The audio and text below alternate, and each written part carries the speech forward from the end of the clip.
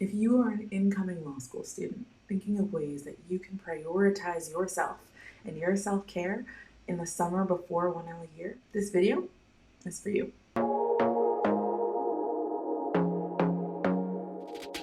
Hello, I'm Monique. I am an associate law school consultant at Montgomery Admissions Consulting, where we specialize in working with first-generation and minority law school applicants. Prior to this work, I spent several years as an admissions officer at Harvard Law School, where I evaluated hundreds upon hundreds of applications.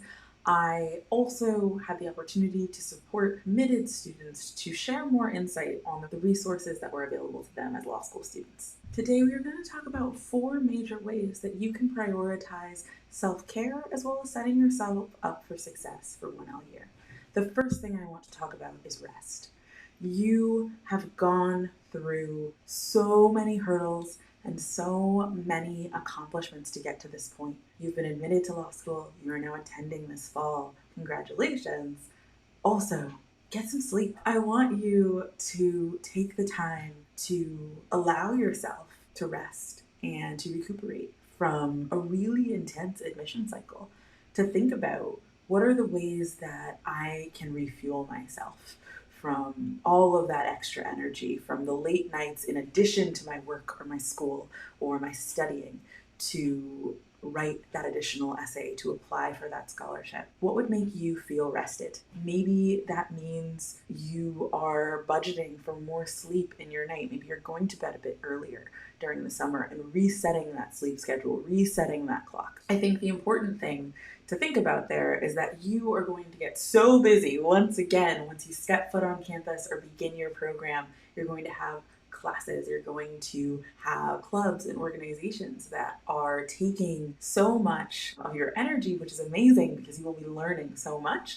But having a sleep schedule set in place will allow you to have some order amid all of that flurry, excitement, and learning. What are the ways that you can take a step back, relax, recenter, and then come back fresh for another really exciting and intense 3 years? Now, this is not a chore. This is not something to check off the list. You deserve rest. We all deserve rest. This is something to savor, something to feel joy about, not something that should be another task. My second tip is to invest in community.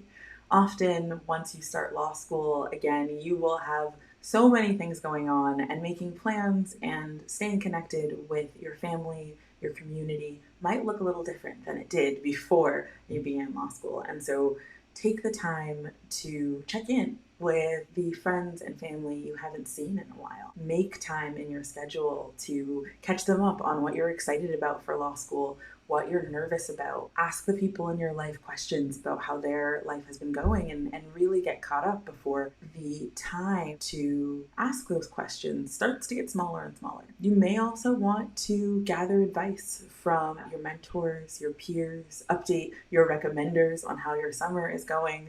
I'm confident that you might need to call on them again, and it's nice to know how folks are doing, but it's also nice to allow the people who invested in you to catch up with you. It also is really energizing to be surrounded by people who care about you, who can celebrate this news with you. What are ways that you can reflecting on things that have nothing to do with law school? Maybe just having good conversations about the world and your lives and memories as well. Another way to make new friends. Often, law schools will have summer events that will allow you to come together with your new law school peers.